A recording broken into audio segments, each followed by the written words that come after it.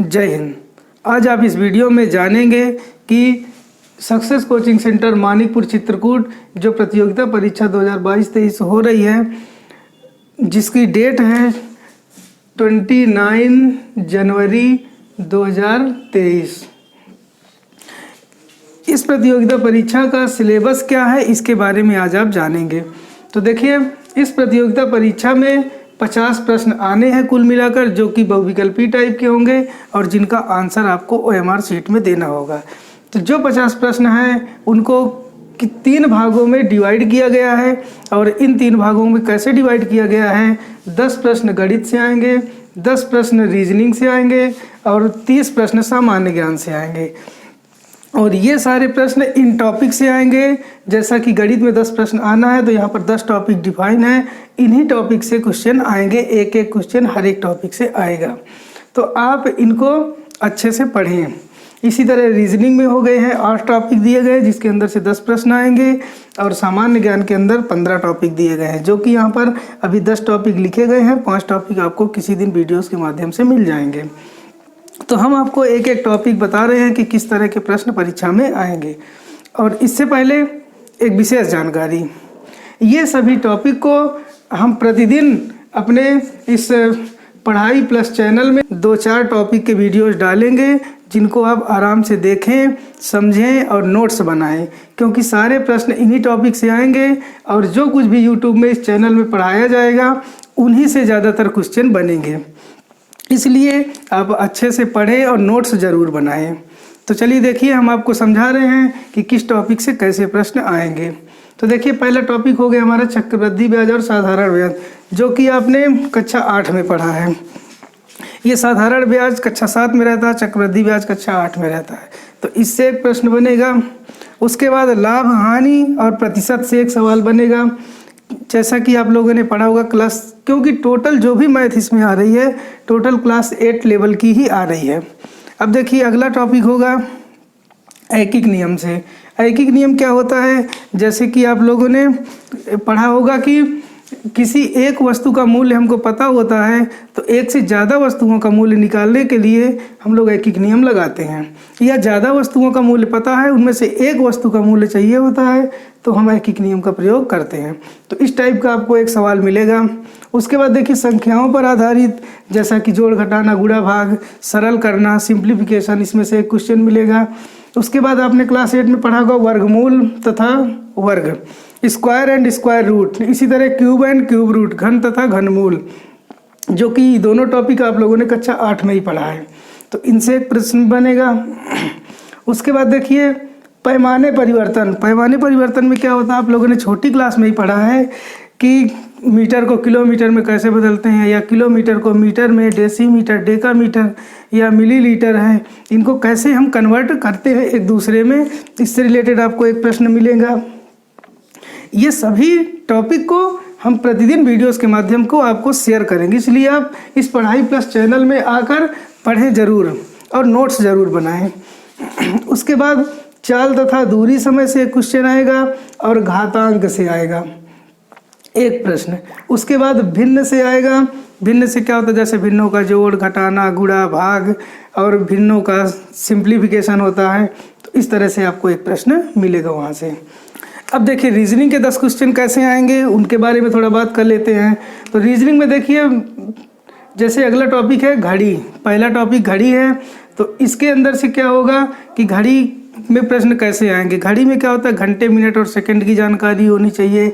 और जैसा कि एक विशेष क्वेश्चन बनता है कि घड़ी है, घड़ी में मान लीजिए 12 बजा है, तो 12 बजा है, जैसे घड़ी में मान लीजिए कि 12:15 है, तो घंटे की सुई 12 में होगी और मिनट की सुई 3 पर होगी, तब जाकर 12:15 होगा।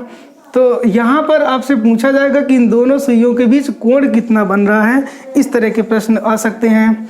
उसके बाद देखिए, कैलेंडर में क्या होता है, आपको वर्ष, महीने और दिन की जानकारी होनी चाहिए, कौन सा महीना कितने दिन का होता है और किस तरह से पूरा वर्ष कंप्लीट होता है। और एक विशेष क्वेश्चन इससे बनेगा, जैसा कि आप देख सकते हैं कि आपकी डेट ऑफ बर्थ मान लीजिए कुछ है 15/7/2006, तो आपको इसमें से पता करना है कि इस दिन कौन सा था।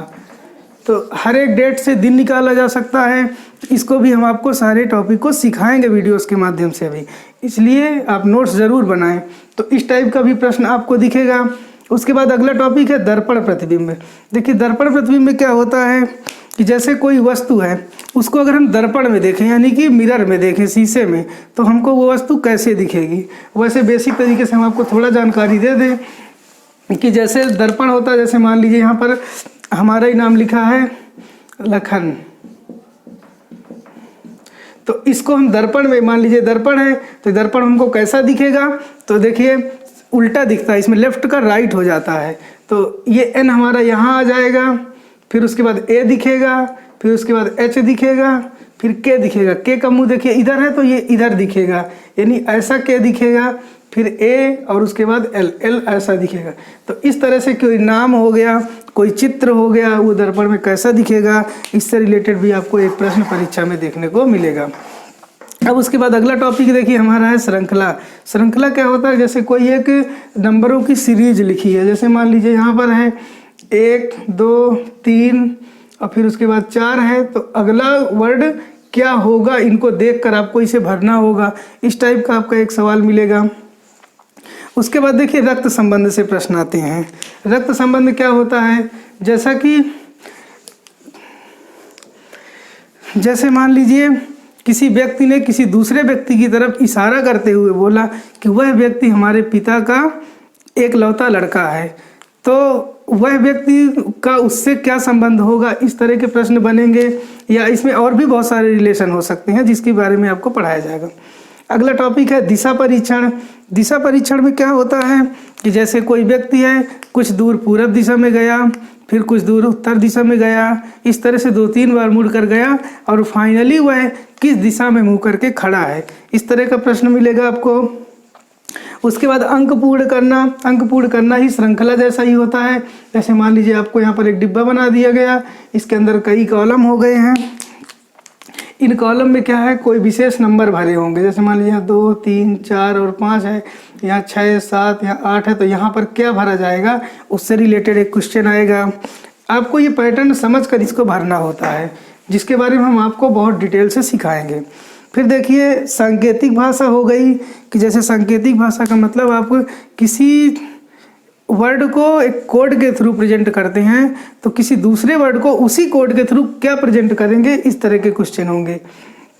तो ये हो गया आपका मैथ और रीजनिंग के प्रश्न। 10-10 प्रश्न इसमें से आएंगे, ऐसे आएंगे। अब देखिए आपको सामान्य ज्ञान है। सामान्य ज्ञान से 15 टॉपिक हैं, लेकिन यहाँ पर 10 टॉपिक अभी लिखे गए हैं। बाकी के जो 10 टॉपिक 5 टॉपिक होंगे वो आपको किसी और वीडियोस के माध्यम से बता दिए जाएंगे।